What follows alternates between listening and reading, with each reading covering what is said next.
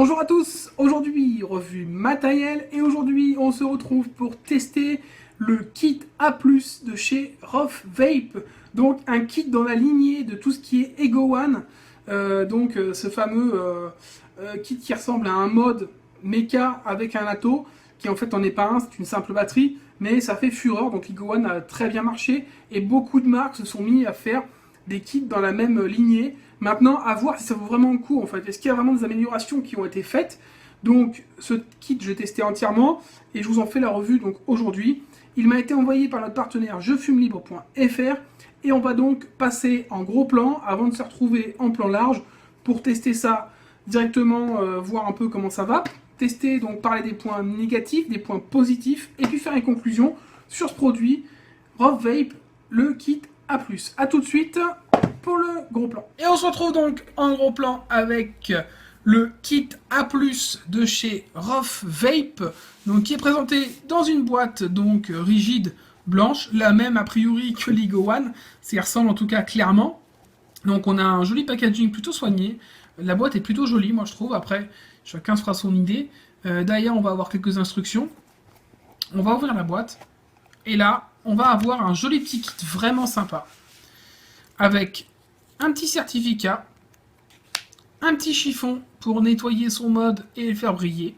Donc ça c'est sympa, toujours agréable d'avoir ce genre de petit objet en plus dans les kits, surtout qu'on a du matériel en acier inoxydable, c'est vraiment, vraiment sympa. On va avoir donc le fameux kit, la batterie avec le cliromiseur, on va revenir dessus évidemment, et on va ouvrir la boîte et aller en dessous. On a ici un manuel qui est entièrement en anglais et qui vous permettra éventuellement d'avoir des renseignements.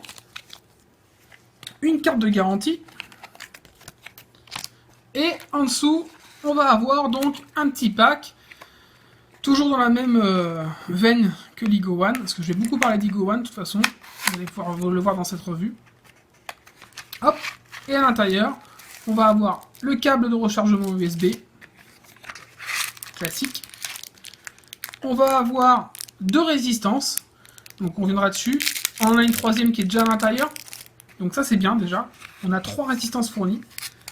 Et un second grip tip en verre, à savoir que vous en avez deux, donc un en acier inoxydable et un en verre. Voilà.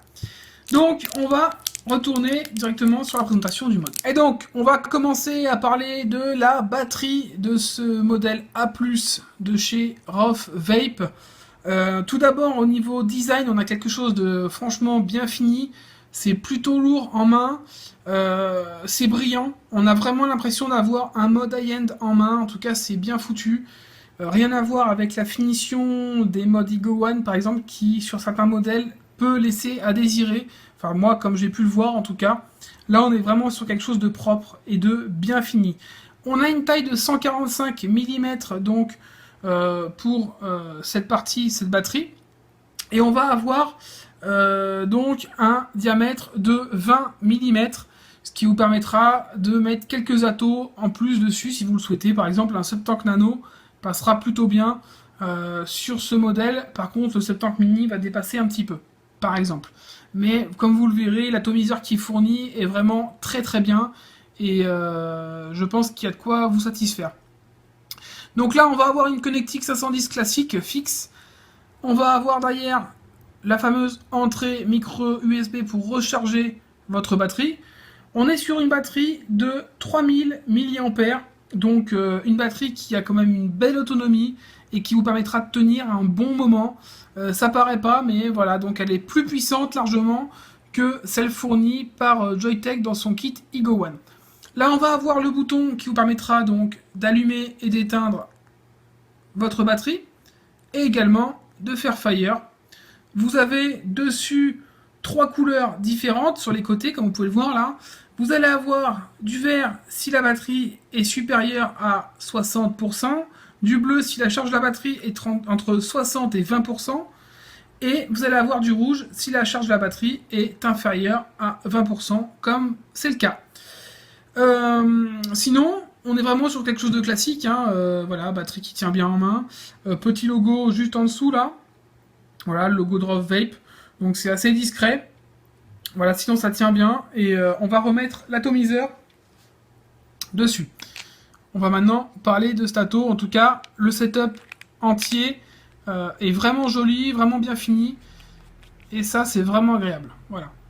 Hop, ça fait un joli setup. On va maintenant s'attarder sur l'atome. Et donc, voici l'atomiseur A1 qui est fourni dans ce kit A+, de chez Roth Vape.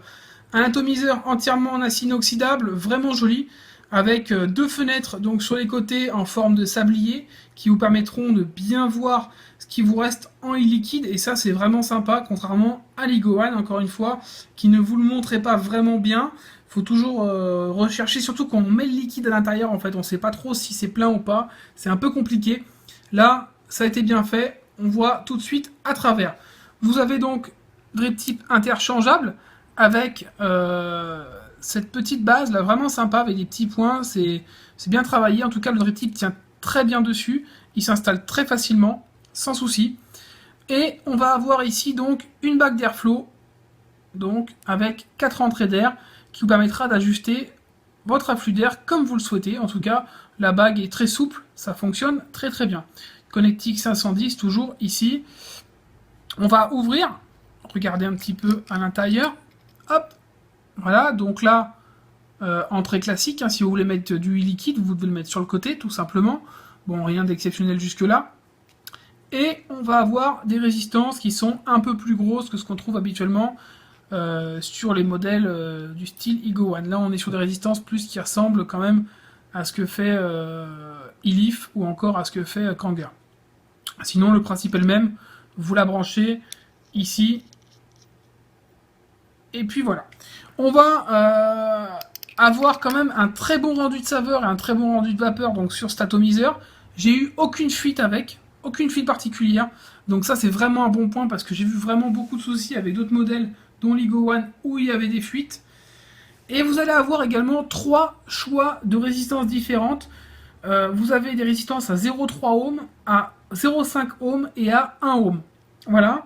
Si vous utilisez donc vos résistances à 0,3 ohm et que vous êtes au maximum de votre batterie, ça enverra à peu près 48 watts. Si vous êtes à 0,5 ohm, ça enverra 35 watts. Et si vous êtes à 1 ohm, ça enverra 18 watts. Autant dire qu'il y en a pour tout le monde. Ceux qui veulent une vape tranquille pour le all day, qui veulent pas avoir quelque chose de trop agressif, vous avez des résistances à 1 ohm qui sont très très bien. Et pour ceux qui veulent du sub-ohm, il y a également du sub-ohm, voire du très sub-ohm, en fait, du 0,3 ohm par exemple, des résistances très basses. À savoir que ces résistances sont composées de Cantal A1 et de coton 100% organique. Voilà, je le précise, puisque c'est précisé dans la description, et je pense que c'est important de le dire. On va revenir en plan large pour tester ce modèle, tout simplement parce que c'est bien d'en parler, mais il y a un moment où il vaut mieux le tester, hein, et puis on verra ce que ça donne. En tout cas, je ne sais pas si à la vidéo vous le voyez bien, mais moi je peux vous dire qu'il est vraiment bien fini et vraiment très très joli et agréable. On se retrouve tout de suite en plan large pour le test de l'A+. Et on se retrouve donc en plan large avec le kit A+, de chez Roth Vape. Donc, vous avez vu en gros plan, c'est un produit qui est très bien fini. Franchement, il est vraiment beau, il est vraiment agréable à avoir en main. Maintenant, ça ne servira à rien si au niveau de la vape, ça ne convient pas. Donc, on va tester ça tout de suite. Là, je suis sur une résistance à 0,5 ohm. Voilà, il est chargé à plus de 60%. Donc on va tester ça, j'ai ouvert l'airflow complètement, c'est parti.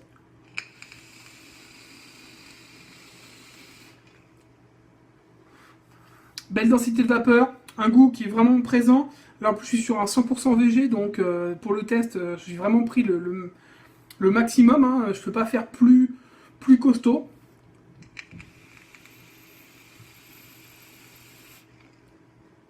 Voilà, même en baissant l'arrivée d'air, ça marche très très bien. On a un atomiseur très performant. Honnêtement, il m'a bluffé par rapport à celui qui est proposé avec l'Igo One, par exemple l'Igo One Mega, qui a reçu de nombreuses critiques parce qu'il fuit, parce que voilà. Là, aucun problème de fuite, aucun souci particulier. Un ato qui envoie bien. Vous voyez, là, je l'ai monté par exemple avec une box Aspire Pegasus. Là, avec une autre box, ça marche franchement très très bien. Même avec d'autres matériels. Voilà, je vais vous montrer.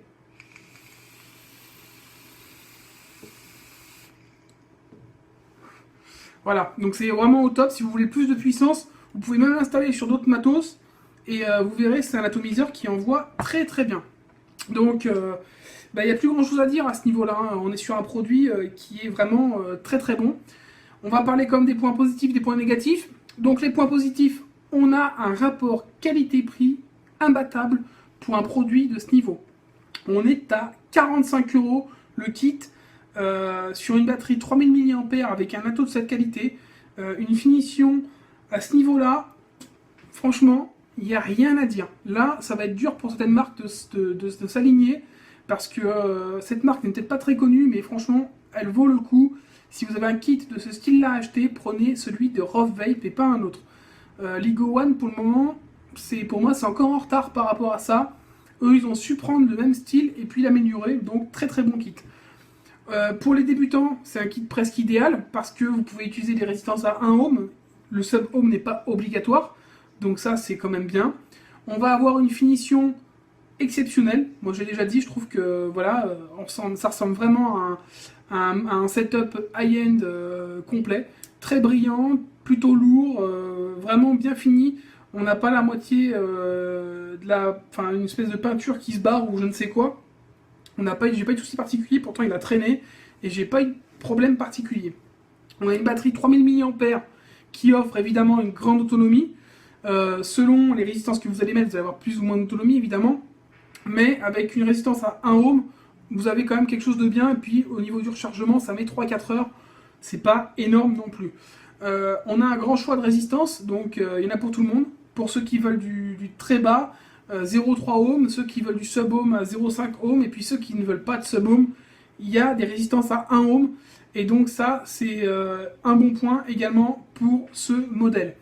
Finalement, on a un très bon rendu de saveur, on a une grande densité de vapeur, et c'est probablement ce qu'il y a de plus important pour ces modèles. Il faut que ça marche, faut que ça vape, et puis il faut qu'on ait vraiment un bon ressenti au niveau des saveurs, et là c'est le cas. Au niveau des points négatifs, parce que évidemment ce produit n'est pas parfait, on n'a pas de puissance variable, ça c'est dommage, encore une fois.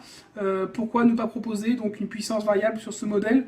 On a une contenance d'atomiseur réduite, je crois que j'ai oublié d'en parler dans le gros plan. On a un atomiseur qui est à 2,4 ml, donc c'est pas énorme. Mais avec un atomiseur à 1 ohm, honnêtement, ça passe. On va avoir une position de la prise micro USB qui se trouve en dessous, donc pas de position verticale pour le chargement. Ça, c'est encore un défaut récurrent. Voilà, il suffirait de le mettre, par exemple, ici, derrière le bouton. Ce serait quand même mieux. Et puis une notice, encore une fois, qui n'est pas disponible en français, uniquement disponible en anglais.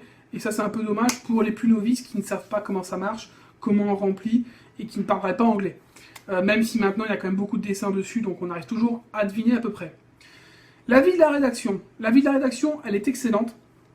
J'ai mis le maximum de points, parce que pour moi, c'est un produit, même s'il n'est pas innovant dans le fait que c'est un produit dans la lignée de ce qui se fait déjà avec LEGO One, cette marque, elle a su prendre un produit qui existe déjà, l'améliorer, le peaufiner, en faire un produit vraiment propre, vraiment design, vraiment sympa, avec très peu de défauts, et ça, c'est vraiment, vraiment une bonne chose. Actuellement, moi, j'en ai carrément oublié LEGO One de chez Joyetech, qui a encore plein de soucis, surtout avec l'atomiseur, pour ce modèle-là, parce que voilà, il est au top, tout simplement, et puis il est vraiment joli, esthétique, classe, et il marche très bien. Il a un atomiseur puissant, donc honnêtement, si vous devez acheter un modèle dans ce style-là, prenez le Rove Vape, prenez le A+, de chez Rove Vape, qui en plus ne coûte que 45 €, donc par rapport à un kit LEGO One qui va être des fois un peu plus cher. Voilà, réfléchissez-y en tout cas, avec ce modèle-là, vous avez une certaine qualité en main, d'ailleurs c'est un produit allemand, donc... voilà, ça veut tout dire d'un côté, hein. Les produits allemands en général sont bien finis, là c'est le cas. Donc, retrouvez ce kit si ça vous intéresse sur le site de notre partenaire jefumelibre.fr. Je vous mets l'adresse en dessous. Et puis, on se retrouve très bientôt pour une prochaine revue matérielle ou une revue liquide. Et je vous souhaite une bonne soirée ou une bonne journée, ça dépend, et une bonne vape. Ciao!